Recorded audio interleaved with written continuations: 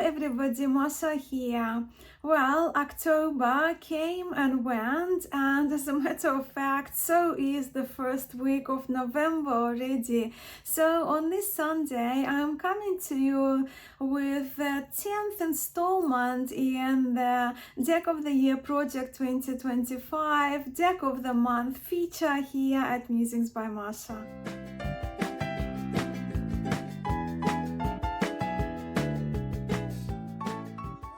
I know I'm a little late with my Deck of the Month for October feature, but I am here and I'm excited to share with you, as per usual, not only my number one tarot deck for October, but also the October deck in my bag and the newest additions to my tarot collection, which this time around happened to include 4 recently released mass market decks. This time around I will also have a few words to say about one very special tarot project I'm very excited about. Now, for those of you participating in the Deck of the Month, hashtag Deck of the Year Project 2025, I will be making a short video announcement in a couple of weeks. So keep an eye on the upcoming video and begin to narrow down your deck or your decks of the year for the year of 2025, if you happen to have a few decks. And also, a few of you asked me about my housing update. Well, in relation to the house, my husband and I are in process of formalizing our ownership over. The delay saga continues, and I will not bore you with it. So yes, we are still in a rental, which is absolutely fine, even though I do miss my historic decks, well, books and my Vitamix too, and I hope to reunite with them very soon. And since we're here for the decks, let me begin by showcasing my most recent acquisitions first. And we will begin with the Beddeley Tarot by Jacob Beddeley, published by Australia-based Blue Angel Publishing. Quality packaging here. The artwork in this tarot is just outstanding in my view. The concept of these cards is rather complex, as the artist, a very talented artist, Jake Beddeley, in this tarot incorporated his knowledge of the symbology of the earliest tarots together with the reliance on the Renaissance philosophies and the soul evolution hierarchy, which reminded me of the Mantegna tarot. This deck is also packed with mythologies, with different mythological references, not to mention the planetary references, elemental references, and a Pythagorean numerology that is included in these cards. The trump order in this deck follows the Bolognese tarot tradition, and that's perhaps the reason why I haven't done a deep dive into the Beddeley tarot yet.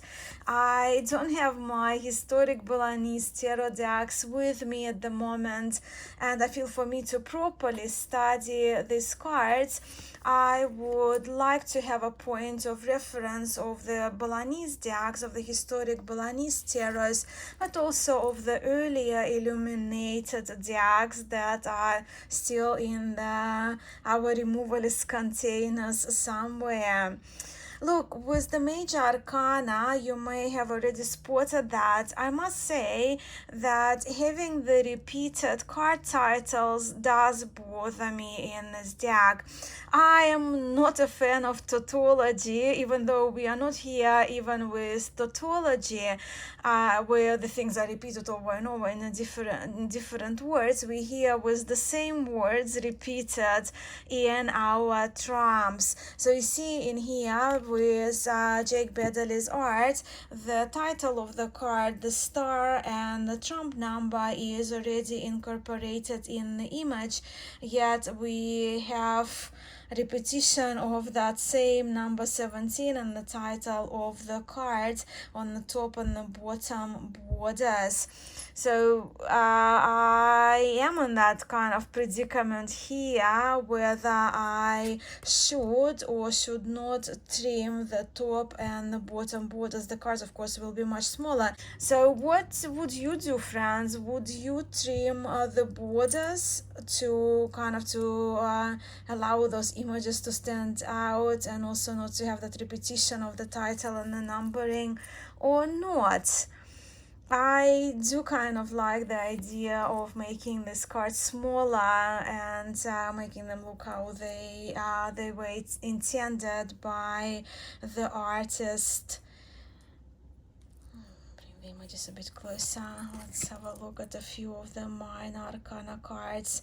So with the minor arcana, it's very easy to see right that here we are with Three of Swords, but we don't have the title of the suit, but we do have three dots, them more referring to this Pythagorean influence that Jake Bedley had when creating this tarot. We here even have a chakra represented and also described in the book. A lot of symbology in this tarot, very much packed with deep symbolism and a lot to explore and a lot to study in these cards. I will definitely be returning to this tarot later once I'm reunited with my historic tarot decks. Who knows, maybe I even be inspired to do a detailed review of this tarot, because the artwork again is incredible. So yeah, the backs are absolutely beautiful. The cardstock is matte, flexible, and have that flower petal feel. The guidebook that comes with this tarot, you can see it's very substantial, and each card includes the mystery, the message, and the reversed references. I know I don't use reversed cards in my readings, I just flip them upright, but the guidebook is colored and is really detailed. A lot of information in here to learn from. And another newest release from Blue Angel Publishing is Blue Angel Publishing mass market version of the Bonestone and Earth Flesh Tarot, and this one has that added title as the Reawakening. The first edition of this deck was independently published, and this one is of course Blue Angel. Again, another sturdy two-part box we are here with. I picked up this tarot in Big W. Big W is an Australian chain department store, and I picked it up for just 35 Australian dollars, which is $15 cheaper than this tarot retails for. But above all, I got this tarot for my collection. This tarot was talked a lot about some time ago, a few years ago now, and it was done initially through Kickstarter, which I missed. Then the publication through Kickstarter was delayed, and after that the independently published version of the Bonestone and Earthflesh became super expensive, unaffordably expensive, so I never got it, well, until last week, and I am very pleased to have this tarot for the price I paid for it. And now, as we can see, Blue Angel tarot decks, they have the improved quality, and this tarot is borderless, again the same size as the Bedeli tarot. Those are the backs, by the way, inspired, I guess, one by one of the cards from the suit of swords. So it's exactly the same size, the standard tarot size, and the same flower petally cardstock.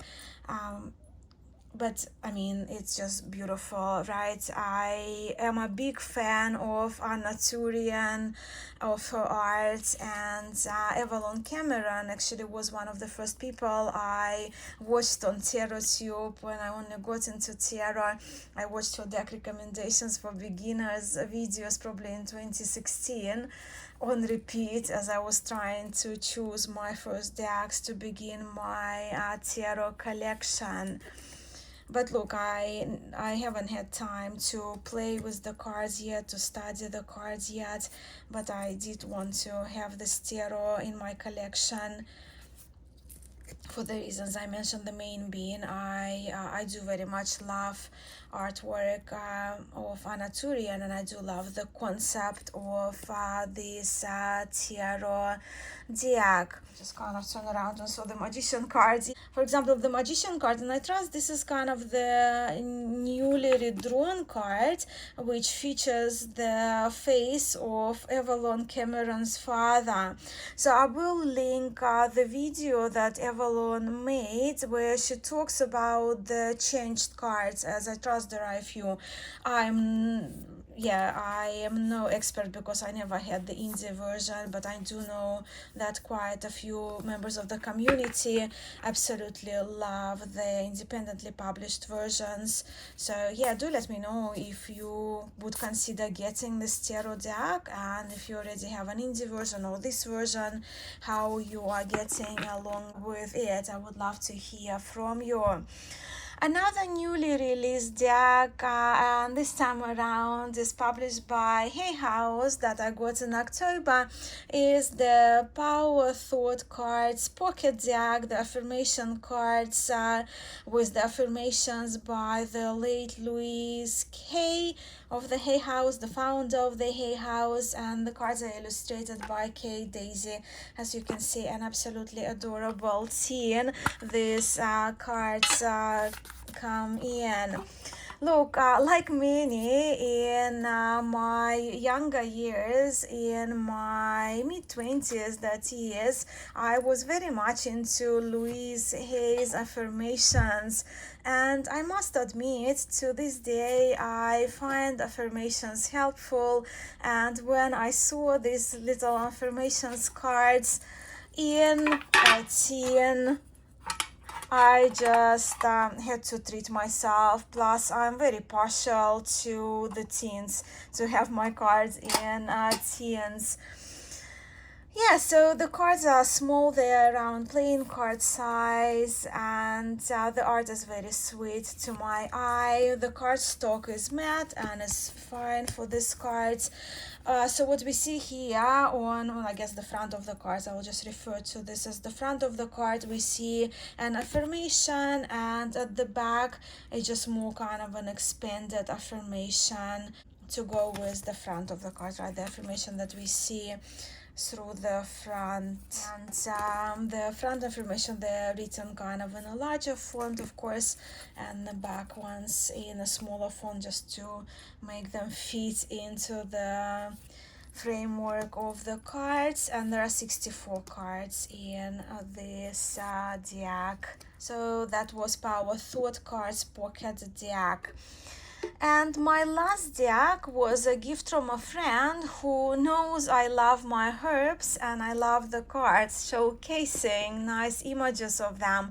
I trust this card deck is also one of the most recent releases.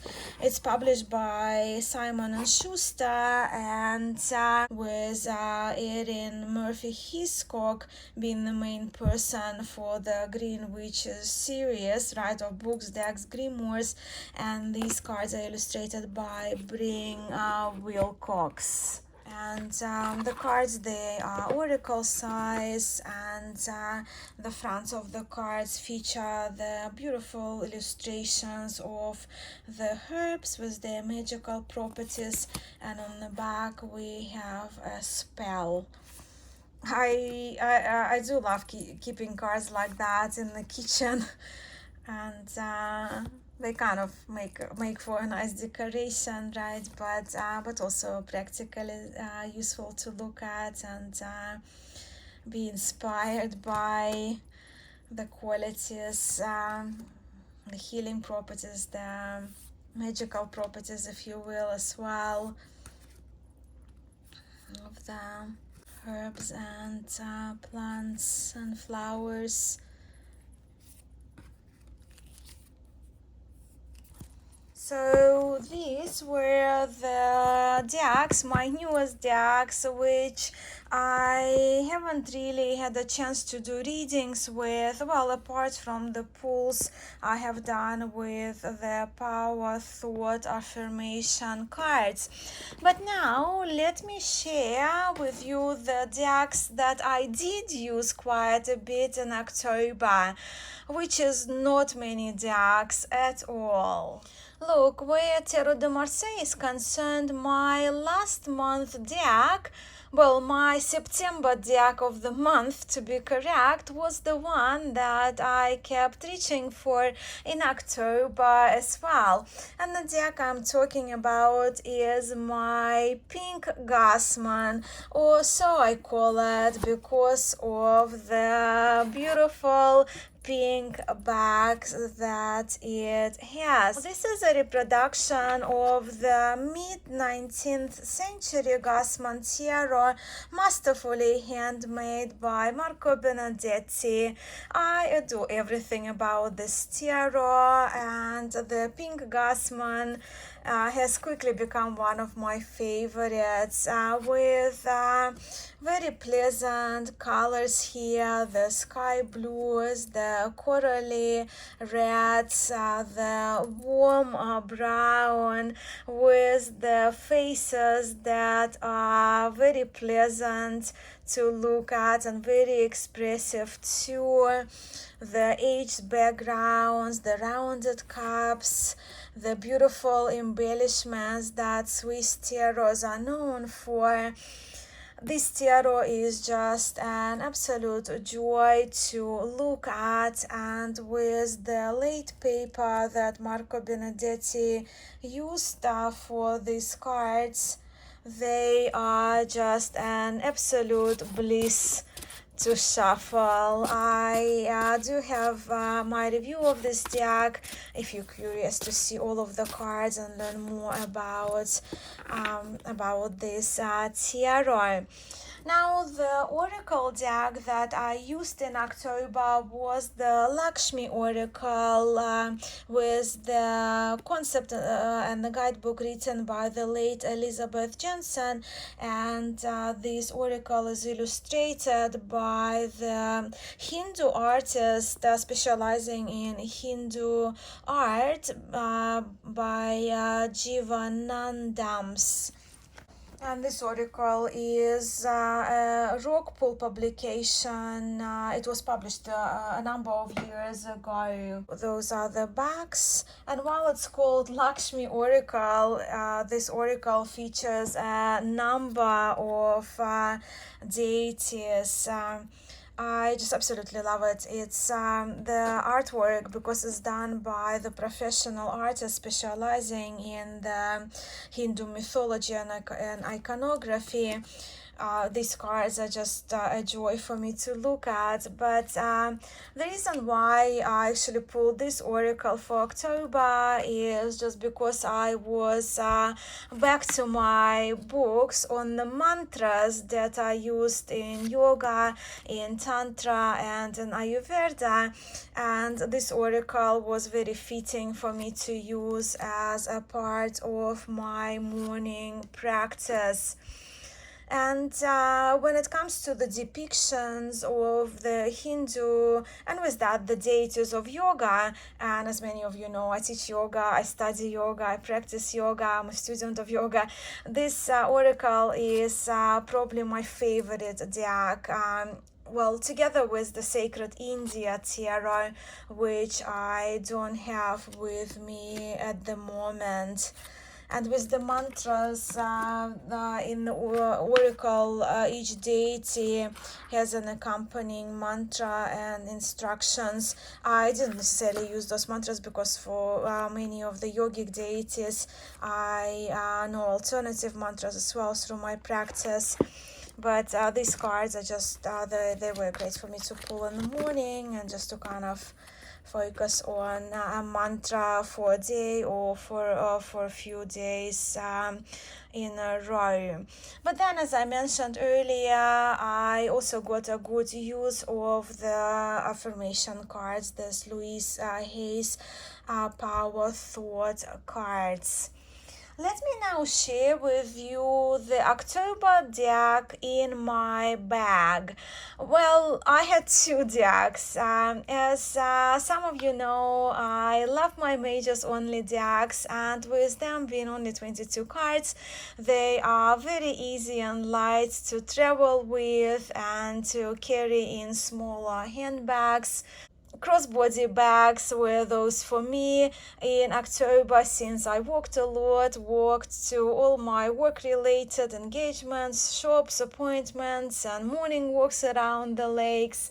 So let's have a look first at the Tarocco Piedmontese, the historic Piedmontese tarot reproduced by Il Meneghello.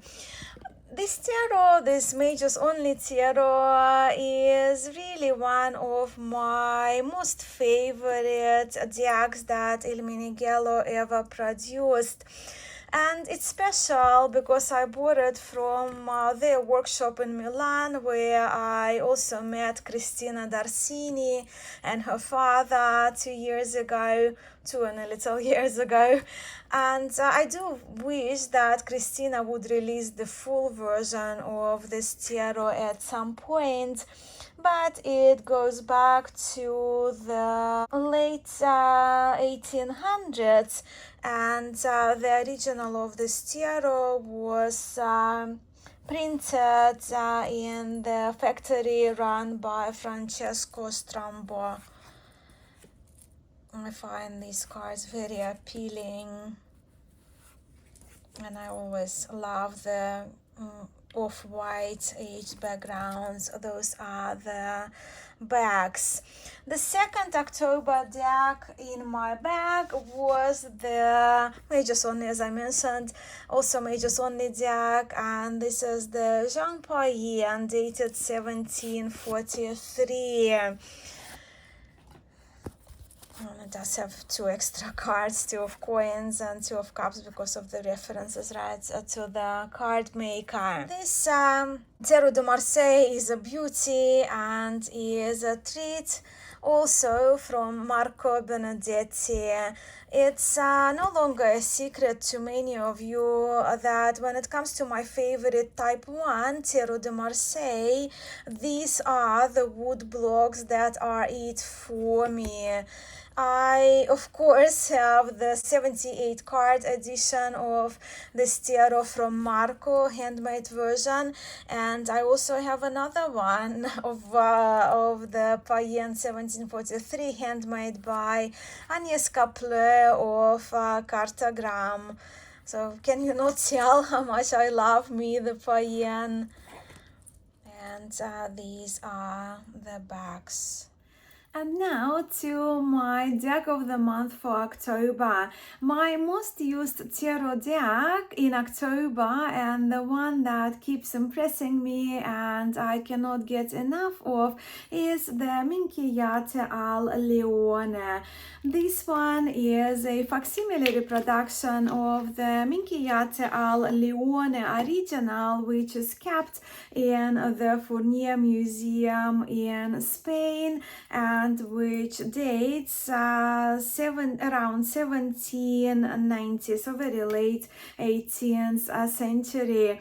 I love everything about this tarot. I do wish the details were in some cards were a little bit more clear, but for facsimile copy and for the only Al Leone that I have access to, this tarot has been just wonderful to me. I love the details, and I think the wood blocks that I used in Al Leone have become my favorite ones. I very much appreciate faces in all coin cards. I do love the faith, female faith here, the virtue of faith. And actually don't mind at all the very laminated cardstock, because it makes this deck very user-friendly in outdoor conditions, right? Because of the heavy lamination, it's very easy to clean the cards if something happens to them. But look, enough of that. You've seen this deck already on my channel. But let me just tell you how exciting and fitting it is that at this very moment, Amparo Aguirre, a Minchiate researcher, deck creator, and educator, is running her campaign to crowdfund her newest project, the revival of the Minchiate al Leone. For her Kickstarter project, Amparo Aguirre, and this is Amparo, completed restoration of her grandmother's Al Leone, the Minchiate al Leone, the original from the 18th century that she inherited. I know she put her heart and soul into bringing this restoration and this Kickstarter project to life, and I personally have heard from a few of my tarot friends who are like me, are very excited about the Minchiate al Leone revival. The title that Amparo uses for this tarot is Minchiate al Leone di Girolamo, and on her Kickstarter page, Amparo explains more about the project, about the new title, about this Al Leone di Girolamo revival deck, and it's really useful page to learn more about this project and about Minchiate al Leone. I have got a few images also from Amparo that I have a permission to share with you. It is such a beautiful Minchiate that is done, that is revived, right? If we're bouncing off the title of it, that is revived with sharp lines and the beautiful golden touches that we see in the cards, golden details. The clean and sharp images, of course, allow for much better observation of the more intricate details in the cards that we may not notice in facsimile copies, because the decks are old and smaller details are often very hard to see. And I just know that this Minchiate will be a dream to read with, because again, what I mentioned of the clean lines and that addition of the very aesthetically pleasing to an eye golden touches. Just have a look here, and how cute Amparo is with all the golden leaves on her face and her hands. I am a backer, of course, of Amparo's new offering, and I backed the option with a scarf because, well, I'm obsessed with scarves. But having said that, I already secured 2 copies for myself, which probably tells you how much I love already the Al Leone Girolamo and how I want this project to come to fruition, as in the decks are released to the world. I will leave the Kickstarter link for you below, along with the link to the video Amparo made, where she places the original Minchiate al Leone and the revived Minchiate al Leone di Girolamo side by side. I personally enjoyed the video, and with the inclusion of the guidebook in English, a rare occasion in the Minchiate world, I believe that this set, the guidebook and the deck set, will become an indispensable Minchiate resource for us devoted enthusiasts who read with the decks of the Minchiate tradition. I am sure Amparo's Minchiate al Leone di Girolamo will become my go-to all in due time, but for now this facsimile is what I'm using, what I am enjoying, and it will suffice. I have been persistently nagging Marco Benedetti to release his Minchiate, his dark Minchiate, which he calls Minchiate Nera, which he released photos of the prototype, and I am just absolutely loving the dark backgrounds and of the Minchiate that follows the earlier Minchiate pattern. So if you're on Marco's Facebook page, if you're a fan of Marcos, give him a bit of a nudge, because I absolutely need Minchiate Nera before the end of this year. But now I'm very curious, friends, what are the tarot decks or oracle decks that you are waiting for or anticipating the release of or looking forward to the most? I would love to hear about those in the comments below, because I'm always happy to add a couple of decks to my wish list. Thank you all so much for spending this time with me today. I'm sending much love to you all, and I will catch you in my next video.